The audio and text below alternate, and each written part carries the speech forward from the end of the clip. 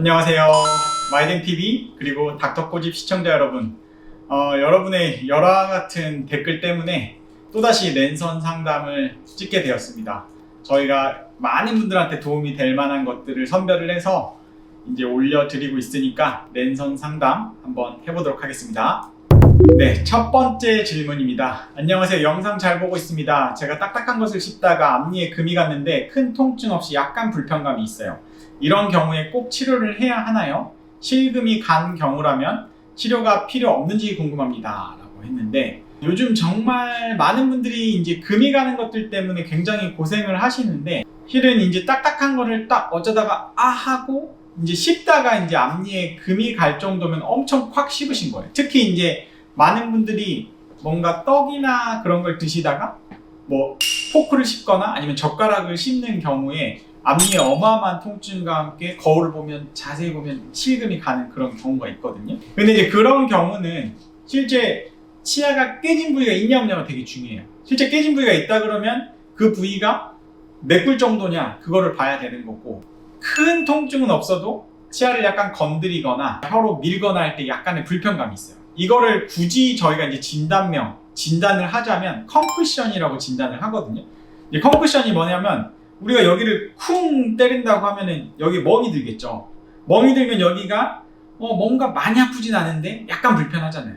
그러니까 치아에 멍이 들었다 생각을 하시면 되세요. 원래 치아의 위치가 그대로인데 쿵 커다란 충격에 의해서, 외상에 의해서 아픈 불편감이 있을 때는 컨쿠션, 그거는 치료를 할 필요가 없어요.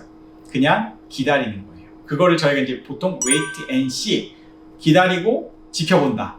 그렇게 이제 충격이 약한 경우에도 반드시 체크업을 할 필요가 있는 거는, 그 치아가 그 충격으로 인해서 그 아픈 증상이 일반적으로는 멍든 상처가 다시 돌아와서 피부색을 찾듯이 아무 문제 없이 돌아오는 경우도 있지만, 정말 운이 나쁜 경우는 그것 때문에 신경이 죽는 경우가 있어요. 그래서 신경이 죽는 경우는 이제 어떻게 체크업을 하냐면, 이제 저희가 이제 치아 생활력 검사를 하거든요. 찬거나 뜨거운 거를 느끼는지, 전기 자극을 느끼는지를 테스트를 하고, 그리고 신경이 괴사가 되면 또 치아 색깔이 옆 치아에 비해서 뭔가 변색이 되는지 그런 거를 좀 볼 필요가 있는 거예요. 그리고 또 한 가지 이 환자분이 이제 궁금해 하시는 게, 치아가 금이 간 걸 어떻게 하느냐라고 하는데, 실은 정말 확대해서, 정말 미세현미경으로 어마어마하게 확대해서 치아를 보면 모든 치아엔 실금이 가 있어요. 그 실금이 가 있다고 해서 뭔가 그 부분을 파내고 레진을 메꾼다거나 아니면 그걸 깎아서 뭐 라미네이트나 크라운을 하실 필요는 전혀 없고요. 증상이 예를 들어 치아가 쪼개지는 쪽으로 간다고 하면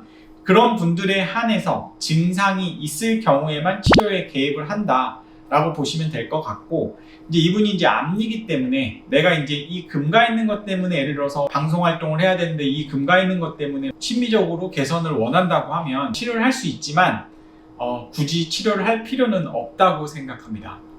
다음 두 번째 질문입니다. 초등학생 아들이 하악 유착치 2개가 있습니다. 이 치아는 영구치가 없어요. 발치 권유를 하셨는데 아이가 무서워합니다.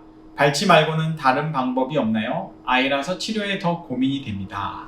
초등학생 아들인데 하악에 유착치가 있으면 일반적으로 영구치 손실이 없는 경우는 대부분은 작은 어금니예요. 작은 어금니의 양쪽에 대칭적으로 뭐 제1소구치나 제2소구치에 선천적으로 영구치가 없는 경우가 있고, 또 아니면 이제 하악 전치 같은 경우에 그게 없는 경우가 있어요. 그래서 선천적인 치아 결손이 있는 경우가 있는데, 이제 초등학생 아들이라고 하셨으니까 이런 경우는 한번 저는 교정원장님을 찾아뵙기를 추천합니다. 왜냐면 요즘 아이들 같은 경우에는 굉장히 얼굴도 작고 약간 서구형 체형의 아이들이 많은데 교정이 필요한 경우가 많아요. 그러니까 예를 들어서 치아가 좀 삐뚤어져 있어서 결국에는 그 공간을 만들기 위해서 어딘가는 치아를 발치를 해서 그 공간을 만들어줘야 되는 발치 교정 케이스라고 하면 영구치를 뽑는 게 아니고 하악에 남아있는 유치를 뽑고 나서 그 공간을 교정적으로 닫아준다 그러면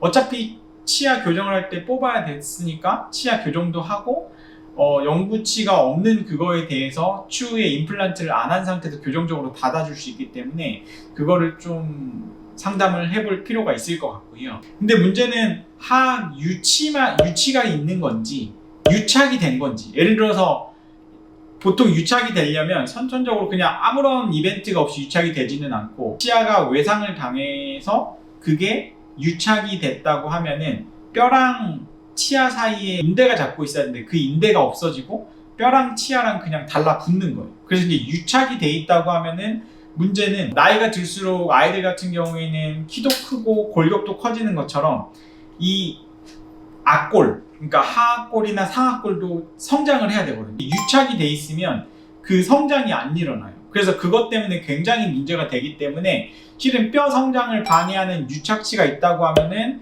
영구치, 다른 영구치를 위해서 과감히 빨리 발치를 해주는 게 나을 수도 있어요. 그게 정말 유착이 된 게 맞는지 그런 외상 히스토리가 있으신 분들은 체크업을 해서 좀 상담을 해볼 필요가 있고, 만약에 그게 유착이 맞다고 하면 발치를 하고 그 공간이 만약에 교정도 필요 없는 상황이고 교정을 할 생각도 없다고 하면 그 부분을 또 공간 유지 장치를 해줘야 주변에 있는 영구치가 쓰러지거나 위에 치아가 솟구쳐 내려오는 걸 또 막을 수가 있어요. 이거는 단순히 부모님이 고민하실 게 아니고 믿을 수 있는 치과 의사를 찾으셔야 돼요. 그 치과 의사가 하자는 대로 따라가셔야지 아이가 성장함에 있어서 나중에 더 큰 돈이 들지 않고 잘 성장을 할 수가 있어요. 그래서 아이가 무섭다고 해서 이거를 갖다가 차일피 미루는 것보다는 그 부분을 믿고 따를 수 있는 치과사의 의견을 들어보시고 그 치과사가 추천하는 대로 잘 간다 그러면 아이가 성장하면서 앞골도 치아도 가지런하게 잘 성장할 수 있다고 생각합니다.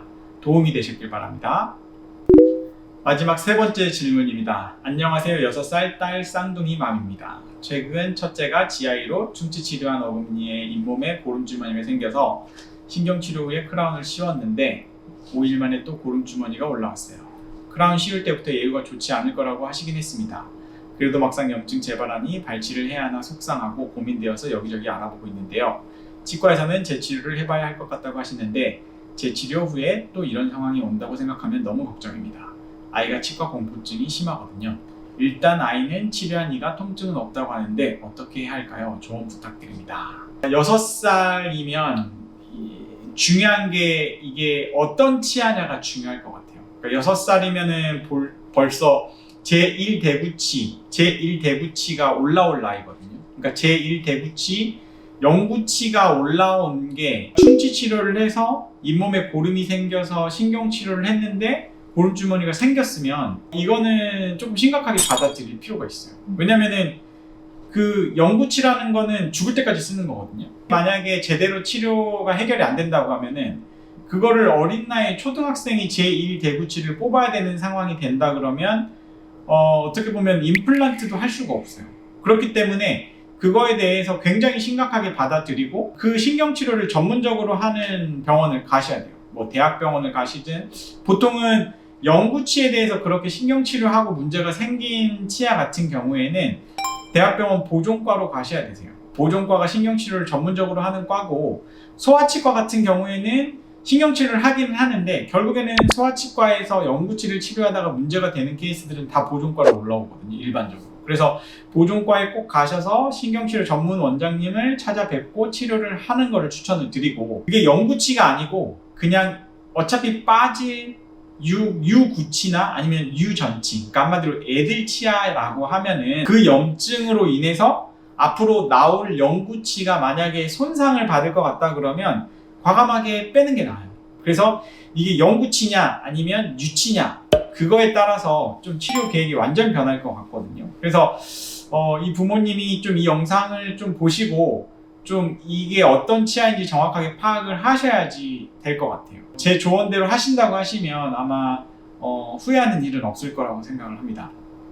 오늘도 이렇게 여러 댓글 중에서 도움이 될 만한 댓글을 꼽아서 저희가 이제 답변을 해봤는데, 더 많은 댓글 달아주시면 저희가 이제 더 자주 영상을 업데이트 할 거예요. 그래서 자기 댓글이 꼭 채택이 안 됐다고 해서 실망할 필요는 없으시고, 영상을 보다가 가볍게 그냥 글을 남겨주시면 치아 건강을 위해서 이런 영상을 제작하고 계속 보급해 나가도록 하겠습니다.